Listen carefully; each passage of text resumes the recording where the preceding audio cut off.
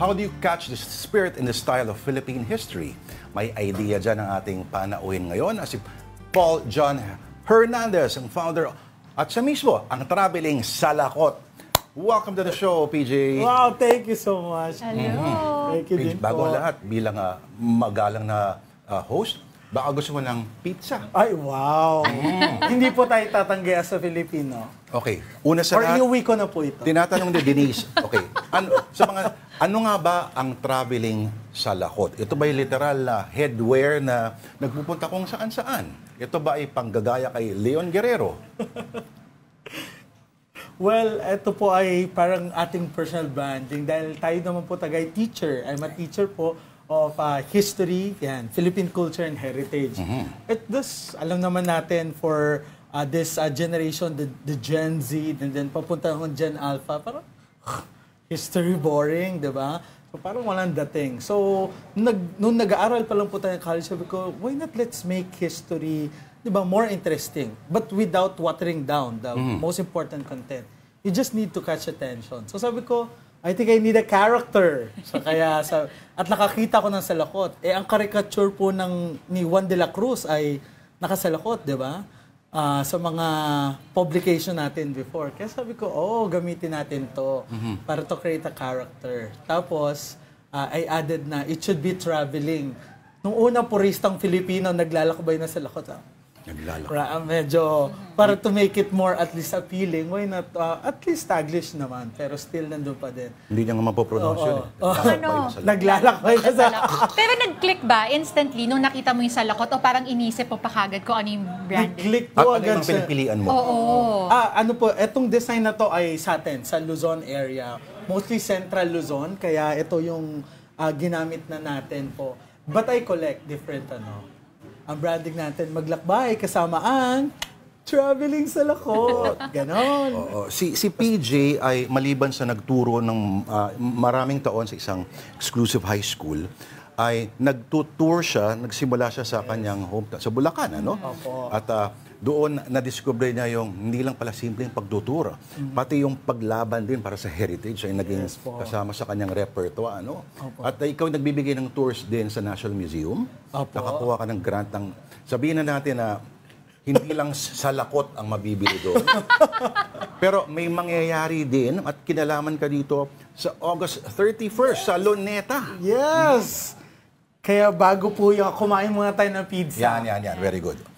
Yan. Very good. Styling history. Ito ang event. Ito ay fashion show through the centuries at may kinalaman sa kasaysayan ng Pilipinas. Yes po. So, dahil po pinagdiriwang natin ang buwan ng kasaysayan at ang tema po ay kasama ang mga kabataan, we wanted to promote ang ating history through, dahil maganda rin po talaga academic setup, pero we need to have a different strategy to promote ang ating kasaysayan. So sabi Baka naman natin, pang fashion lang yan, yung mga na yan. Sino maaring ma-interest sa mga makikita nila rito? yan. So, ano po siya, collection ng isang ancestral house sa Taal, Batangas, Villa Tortuga. Wow. And one of the oldest costume shops sa Pilipinas, Camp Suki po.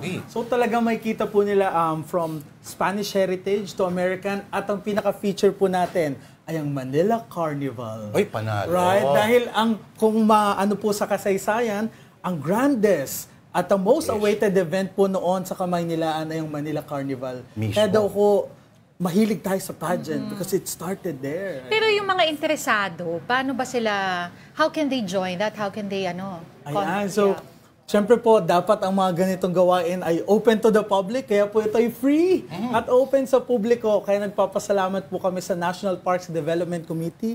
Ito po ang ating government agency na nangangalaga ng Rizal Park at Paco Park. So sila po yung ating main partner. Doon po siya gaganapin. So if naalala niyo po, ng mga kabataan ninyo na may concert at the park lagi. Yes. So patuloy pa rin po siya. Ay, nakaka-relate siya. So parang other offerings po siya besides from concert at the park. Alas 6 ito ng gabi. Alas 6 ng gabi. Kaya sama-sama po tayo sana doon. Styling history. So, sa tingin mo ba, sa pamamagitan ng mga kasuotan, nakikwento yung kwento ng Pilipinas?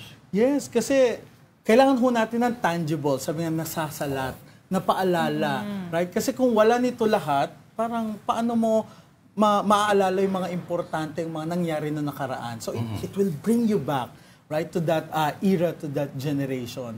Kaya for sure, pagka may nakita ka ulit na face mask balang araw, ano maalala mo? Nagkaroon ng pandemic noon. So it will surge a lot of memories, and that's your great story. So mula sa panahon ng mga Espanyol, hanggang sa panahon ng Amerikano, panahon ng Hapon, meron. Yun within the papuntang Manila Carnival na po yan. Ayun. Baka akalain nila yung carnival ay yung mga circus. Oo, baka Hindi yun po pala. Actually, pang carnival queen ang dati. Yes Ay, po. gano'n. Ayan. Ang Ma'am, mga baka gusto carnival nyo queen mag-model. noon ay hindi lang basta maganda. May background din, may breeding from the best families. Alta de sociedad. Alta Ayun. at yung may intellectual Opo. kakayahan. Hindi lang simpleng yan at bahagi ng kasaysayan niya. Sana nga ibalik yun no? Yun nga po yung... Kaya isa din po yun sa goal natin na dahan-dahan magkaroon ng consciousness muli yung mga Manileño at general public na may ganun tayong tradisyon noon sa Correct. Rizal Park, Luneta. So ang goal po natin doon ay makita kasama ng yung pag-indayog ng kasaysayan ng hindi lang ng Pilipinas mula sa lente ng Luneta. Dahil sabi nga nila birthplace of nationalism ang Luneta. Mga lupang yon, doon nagsimula ang iba't ibang movement. Doon na naging martir ang ating soon to be called national hero, Dr. Jose Rizal. At hanggang ngayon, nandun lahat ng mga movement natin. Nakaka-excite, Baka gusto mo ng, again, invite everybody on Sunday? In your best traveling sa Ayun. lakwat. Yes. Ayan. Siyempre po ang ating pagbati, mabuhay! Right? Ngunit sinasabi din po natin yung isang sa wikang Kinaray, Kruhay. Mabuhay, Kruhay! Sa lahat po ng mga nanonood ngayon sa Afternoon Delight with Pizza right now, inaanyayahan po namin kayo at buong pamilya this coming Sunday, August 31, sa pagtatapos ng ating buwan ng kasaysayan. Let's celebrate it with glitz and glamour. Right? Right? Let's learn history through our great fashion, right? Couture. At styling history, 6 p.m. po sa Open Air Auditorium. Wala pong bayad, free to the public, free seating. Kaya kung mauna kayo, mas maganda ang upuan ninyo. Kita-kits! Salamat, PJ. Yes, O sa mga influencers yan, mga interesado sa fashion, Oo nga. baka makita nila na, ay, ginawa na pala dati itong gantong estilo. Yes. Diba? Umiikot-ikot lang yan Anyway, PJ, Paul John Hernandez, ang traveling sa Lakot. Maraming salamat sa oras Thank mo, you PJ. so Thank you so much din po to this opportunity, right, for us to promote and to continuously maipalaganap ang napakagandang kwento ng kasaysayan, kultura ng ating bansa. Thank you for